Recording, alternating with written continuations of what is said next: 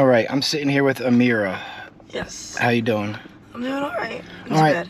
Can you tell me just a little bit about, how old you are, where you're from, stuff like that? I'm 23. I turned 21 in January. But I'm from Bucks County originally. Staying out here now for like 2 years now. But yeah, that's fine. No, so you're originally from Morrisville, and then right. you off camera you were saying you come from a good family. Yeah, I don't come from like a family of like addicts or anything like that. Like I came from like good money, good house, good home, good education. I graduated high school, started college, everything like that. So it was never like I was like born into this, it's like born into like the addiction and born into like the family of it, like born in like the neighborhood, so they grew up with it. Mm-hmm. I grew up in a nice neighborhood with like a quiet, everything. I was introduced to drugs so I was like 18 almost. I mean, like I smoked weed beforehand, but like, I didn't try my first drugs till I was 18. So like from 18 on, I've kind of just been in like a spiral going between everything, and then, but kind of like the lowest point is coming here. You know what I mean? Like it's like this is where everything is, and it's like the rock bottom. But yeah, it seems like everybody's rock bottom is different once they get here too. Some people, right. Some people come here and it's like they're like their savior. They come here and they see it and they like realize like how like fucked up it actually is. Yeah. And some people come here and they fall in love with it.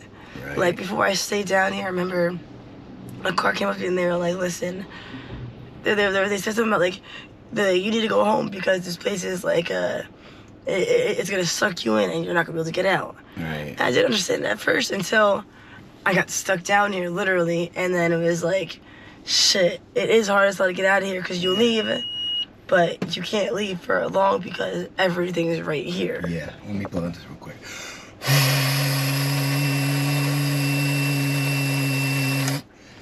So I keep my car on because I want you guys to get out of the cold and, just be warm in here. That's why. Right. So it is hard to leave Kensington once you get here. It is. And I met someone before I was staying down here. I met someone who was homeless, but they had a house not too far away, and I asked them, I was like, why would you choose to be homeless? Because at the time I was still living home.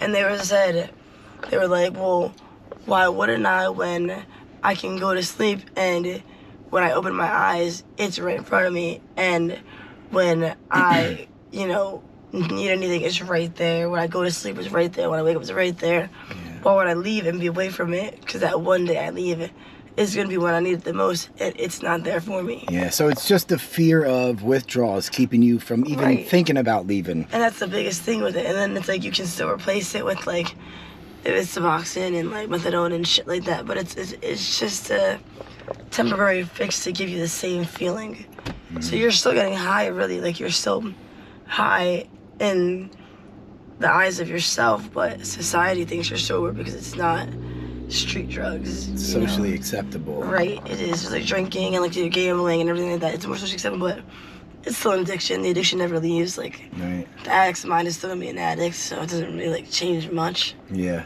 no, I agree. It's just that heroin and crack isn't socially acceptable. Right, and it's kind of like I get it as if it's worse, but I'll be completely honest. I had a big problem with Xans. Mm-hmm. I was far more worse on Xans than I ever was even today, but the only reason being was because Xans are so cheap and I could still work. Yeah. I had money in my pocket. I could just still be up to par with what I needed to be up to par with, and nobody knew.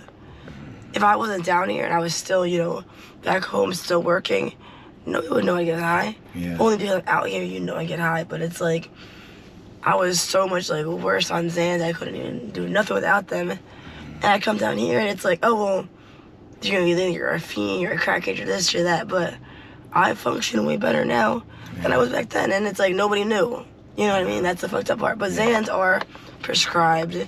You can do it, you can buy it, no one cares. Right. But you can go get them at CVS. Right, literally. Yeah. And it's like, but you come down here, you're a bag of dope, and it's like, oh, whoa, like they're dope headed. I think Xanax is one of the most dangerous prescription drugs out there. It's genuinely do. It's so much highly addictive, and like it changes like the person you are, like Yeah. in so many ways. No, I agree. And same thing with like Adderall. Like Adderall is one chemical off from meth. Yeah.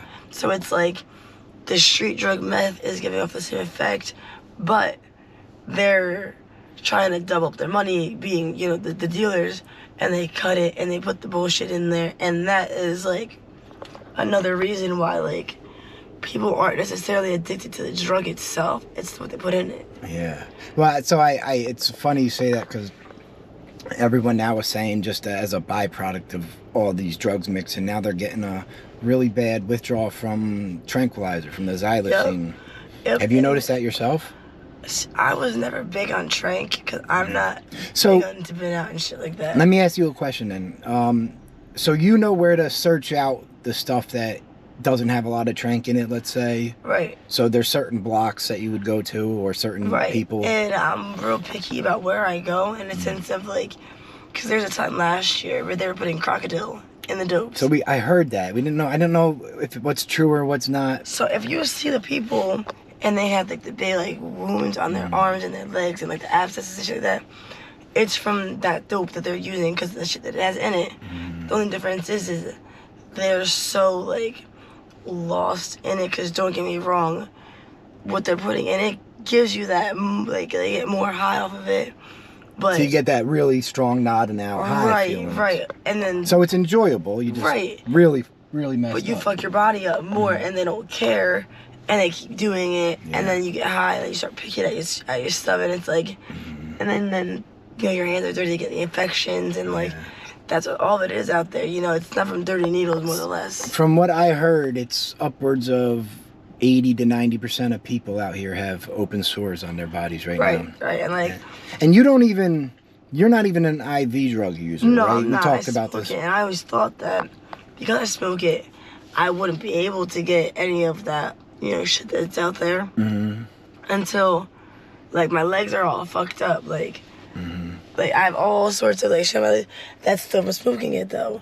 Like, Wow, so you're not even injecting down there. No. And you're still getting the sores. Right, and the thing, I didn't pick mine. I was like.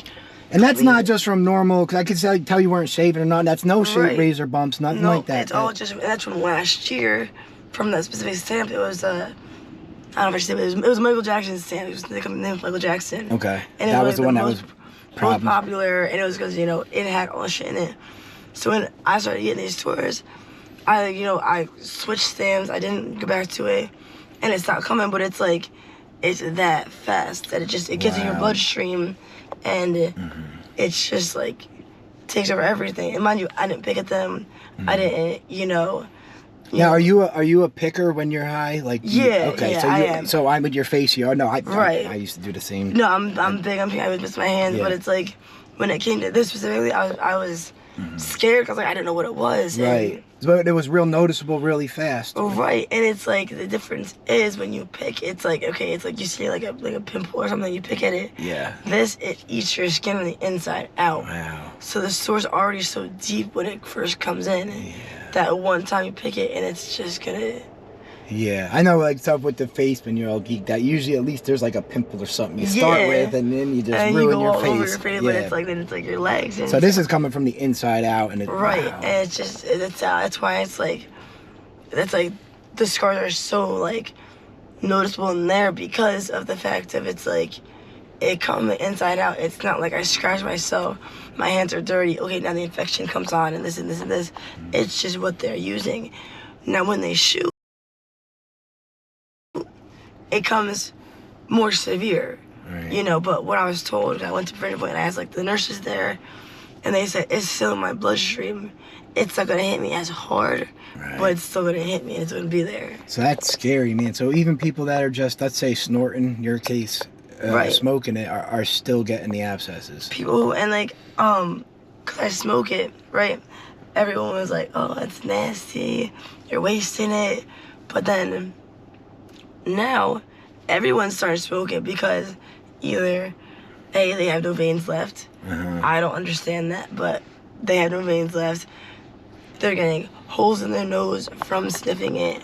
And then it's like, they look at me and it's like, okay, well, you smoke stuff, but you had all your teeth. Right, You know, right. like, I didn't lose the teeth yet. I didn't, like, I'm not all fucked up. I'm not, like, super bad. I don't got no, like, track marks or nothing like Right. that. And every time I see you walking, I've seen you a bunch. I told you that. Like you did Yeah. seem with it, and you know what I mean. So, Right, and a lot of people say that. They say, like, you know, like, I walk around and people, like, gravitate towards me because they say, like, oh, you look here alive. yeah, yeah. You know, It's, a like- lot of people do not look alive down Exactly. here. And again, it's just, like, and I'm lucky enough to be able to say, like, I can, like, I do sleep, I do shower, I do keep up to myself, like, you know, things I need to keep up with. So you are able to your hygiene. You're able to keep. What do you go to prevention point for that? No. I have a bunch of friends down here that I always Okay. stay with, and I go inside. I can sleep. I can do whatever. Okay. So by no means am I homeless. Okay. You know, So you streets. can get in. You have an indoor place to sleep. Okay, Right. that's key down here. Yeah, I have. You know, I'm like safe in all those sorts of minds. So you have a safe place to sleep at night. Yes. Okay, that makes it. And like a lot of people don't do that, and like even though it's like you can go to prevention point and shower and do that stuff, so many people don't take advantage of that. Yeah. They really don't, and it's like how, especially being a girl, like you have to, you know. Especially if you're working. If you're a working girl in the streets, Right, you and know. it's just like, how do you go from, like, in all reality, one person to the next to the third to the fourth to the fifth, and you're not even washing up in between it. Yeah. And then it's like the disease is that way, and then they don't get checked either. Yeah. So it's just like a big circle that like is like behind closed doors that no one thinks about. But it's like when it gets brought to the surface, it's like, damn, this girl who's been walking all day Yeah. probably had 4 dates by now. Yeah. She probably didn't wash up, and then she's gonna come to me, and who knows what is gonna be Yeah, there. it's scary down here, and like even a lot of one of the girls that I was talking to, she said like that what the guys are like paying her extra $5 or trying to not use a condom with her and stuff like that. It's just like, man, you know, I know stuff like that goes on, and so you like- guys are in like such a bad place down here. I can see Right. why it's easy to like, oh, I just need that $5 extra. Right, and it's like it's not only that, it's like the guys specifically prey on, and it's like fucked up, but it's like So you do run into that situation a lot? no, I Okay, mean I good. do and I don't, but the guys that are like that, they gravitate towards the ones that are all fucked up. Okay. You know, the Yeah, ones that they you can can tell really they're not take there. advantage of. Right, and they know like, okay, this girl looks sick. Yeah. Okay, so now she's probably gonna say use a condom, but I'll give you an extra $5. And their mind, it's like, okay, that's my extra bag or my extra hit. For me, it's more or less like, cause it's fucked up. A lot of the girls that end up getting like kidnapped or raped or beat, they're the ones that are all, you know, go and do what they gotta do to make money when they're all high. Yeah. I say there's a time and a place for me to do stuff, and being high when I wanna.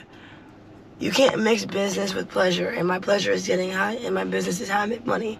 Right. I can't mix those two. That's when the dangers come in. Yeah. Thank God I've never had a bad situation. I've never been beat, raped, robbed, kidnapped, nothing along the lines of that. But I hear the horror stories, and I look at the girls that it's happened to, and it's kind of like you Yeah. wonder why, because you can't even comprehend, you know, what street you're on, and Yeah. a guy's gonna look at that and have some, you know, sadistic. If he's fucked a up predator, fetish. he's gonna Right. be a predator. You know, like I heard this one story where a friend of mine told me down towards Tioga, there was a girl who was all dipped out on the streets. You know, she's in the corner, all slumped over, and it was a van that like circled around the block like 3 or 4 times, and the doors like swung open, and mind you, she's out of it. She's like nodded out, but she's standing up. There was 3 like big white guys that came up and just pulled her in by her hair, just pulled her in the van. She threw her, and they like spun off. And I'm thinking to myself, like, now imagine if she just took the time to say, listen, I want to get high. Yeah. I'm going to go sit. Yeah. Or I'm going to be a little bit sick, and I'm going to do what I need to do to make money. And that's usually what never happened. Yeah. They went towards her because they knew she just can't defend herself. Right. They saw an easy mark. Right. They went for it. And I think that's why, for me personally, like, I can kind of avoid the situations. Like, I never get mad if it takes me a little bit longer because I know that, I probably missed that one person that had bad intentions. Yeah. And I missed it just because I wasn't all desperate, like, searching around, begging and asking. Yeah. I mean, it's got to be such a scary thing getting in a stranger's car every time. It is, you it know, is. especially like almost every guy could probably overpower you if they want. Right, and it's like, you always can just say, like, oh, it won't happen, but it can happen, and it probably will, thank God. Yeah. It hasn't run into me yet. I've met some amazing people in amazing ways. I've met some great, people in great situations. I've never been forced to do anything, and, like, every time a situation pops up, it's always been super, like, consensual. Like, hey, I want this, I'll give you this much. If you're not with it, that's fine. Yeah. If you are, cool, let's go. So I've always had the upper hand to say yes or no. Okay. Some girls can't say that. Yeah. And I'm still lucky enough to have people who look out for me, not even in, the dating world, who just look out for me money-wise, financially-wise, clothes-wise, to make sure I have what I need. Yeah. Without saying, like, oh, well, you need to do this for me in return. So they're just helping because they care. Right, Nothing right. in return. And, like, not a lot of people can say that. Yeah. That's it seems like a lot of people that do help, there's always something attached to it. Right. There's always well, I'm doing this, so you should do this, or, like, you should want to do it just out of the strength of, like, it's very manipulative. Yeah. And for someone who's not there mentally all the way because they're all high, they're not going to catch on to the signs. Easy to manipulate. Exactly. Yeah. And someone has that weird fetish, because it is a fetish. Some guys are into, like, that weird sadistic stuff. They want to be all rough, and, like, who are you going to turn to? Someone who won't say no. Yeah. Because they need the money, Yeah, it's definitely they're taking advantage of that. I mean, I don't kink shame at all. Right, everyone has their own. When it's two consenting adults, though, Right, that are a sound mind and body. Like, don't get me wrong, I'm completely open to everyone else's point of views of what they have and what they go through. Because just as I have my own addiction to drugs, that whole up and down the alley thing, that's an addiction in itself. Absolutely. People are sex addicts, and someone told me the one thing, they're like, I go to meetings with other men and talk about it because it's like, I can't stop coming down here and I can't stop paying the girls to do this for me. Yeah, I mean it's an addiction in and of itself, is right, and it's tricking like, down it's here. like a whole addictive community. There's different types of addicts. Absolutely. So, are you content right now being down here, or do you have, you know what I mean? Like I said, if you're happy here, you're happy here. Right. I mean, I wouldn't say that I'm happy. And I don't mean happy. I meant, right, like, you know what I'm saying. All things considered. Right. But I'm at the point where it's like I told you earlier, if I need the help, it's there for me. It's for me to make that first step. So I'm at the point now where it's like, I know where I am, what I'm doing, why I'm doing it, and why it happened.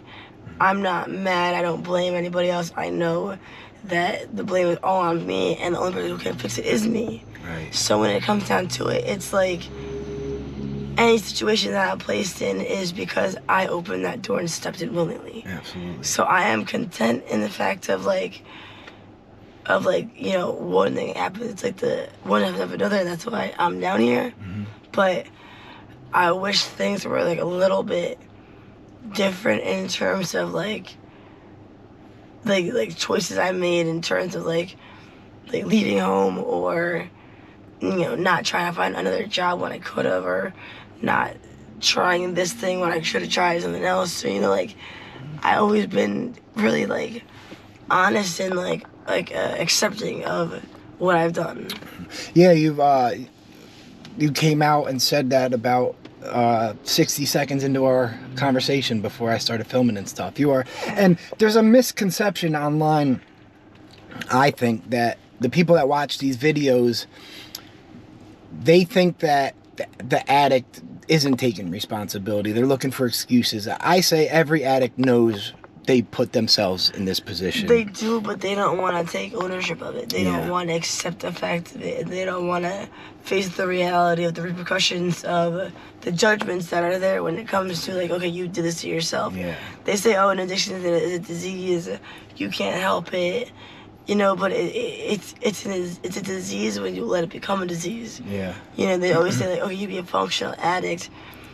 You can be a functional addict until the functioning portion isn't pliable anymore. Yeah.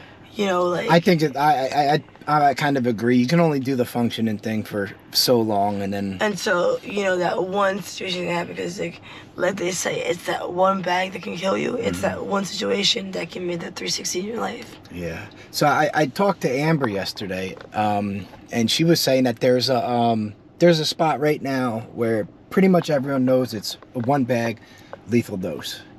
And people are, or it could be, you know what I mean? It's that strong. And it's just crazy to me that people still go buy those bags knowing that it's that strong. Dude, do you? You know what? And it's funny you said it because I don't know what one you're talking about specifically, but there is a stamp down, you know, near like Lehigh. Yeah. And I remember I tried, this was a few days ago, I tried it and I swore on everything that they're mixing Xans with it. You know what? It's so crazy. I just said, someone just messaged me saying they heard that they're mixing Xans in with the stuff now. And like I said, I don't know, but you know, Right, and you're me saying being that. having, like, you know, the past with Xans. You're familiar with Xan, so you know the Right. feeling. And, like, it's just, like I said, I normally don't dip out. You know, I normally don't get all fucked up. And I normally don't, you know, like, fall out in the streets. And it's, like, I did, not even the full bag. And it's, like, I couldn't even, like, walk. Wow. I couldn't So- function. It's, like, I literally felt like one of people doing, like, the 5-bag shots. and Yeah, they just, like, yeah. out This completely. was over Yeah, near so Lehigh, so it's probably the same one. It's probably yeah. the same That's just sentiment. crazy. It's scary, but it just shows you what addiction does. Like, oh, Yeah. that's where I go to can maybe die. Let me go that way. And it's funny because I never believed that people said that. Like, it's like they run to where, like, they know that it's like the possibilities are. It's like Yeah. you see someone who overdoses, what sin did they do? They did this stamp over this way. And then you see people. Everyone's running there because I don't think it's more so as like the high. I think it's the money portion.